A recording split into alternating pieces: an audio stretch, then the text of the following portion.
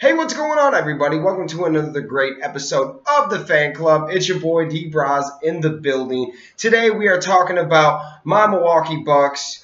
I watch every single game. I got that NBA pass, meaning I can watch any game on my phone, and if I'm working or something, I can watch it via my computer or my PlayStation, and I can watch the old games. I watch every single game of the Bucks. I love my Bucks. But today, some breaking news just came in.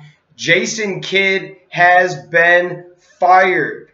But let's break this down, man. Frankly, the Bucks are too talented to be this inconsistent this year. So let's talk about this. So basically, the Bucks got rid of Jason Kidd. The move was based on this. They're the 8th seed in the East. They had frayed relationships in the organizations and general non-alignment. The Bucks' job will be the most sought-after job in the offseason, largely because of Giannis. And like I said, the Bucks are too talented to be this inconsistent. They ran basic offensive sets where ball movement and movement away from the ball was not up to par. They should be in the top half of the conference, not hanging on to a playoff spot by their fingernails.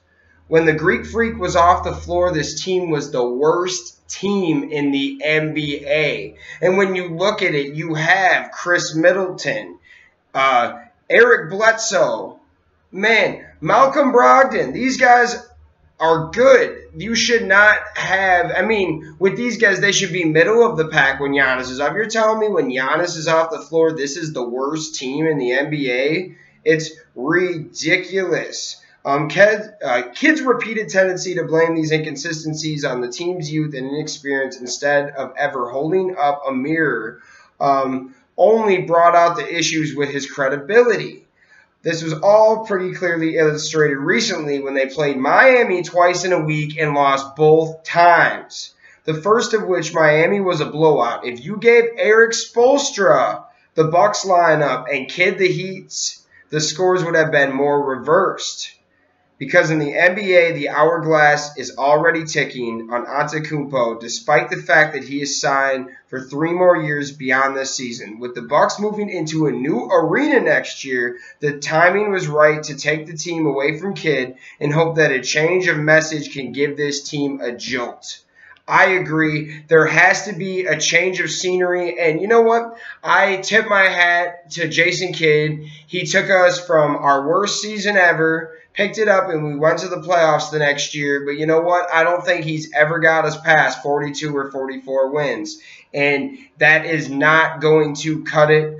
I know Warriors fans were very mad when Mark Jackson got fired and they brought in Steve Kerr, Mr. I've never coached a day in my life, and they've won a couple rings now, guys. It's pretty incredible. I have nothing but respect for Jason Kidd. He is a decent coach, but he wasn't getting it done with this squad. They just weren't living up to the hype.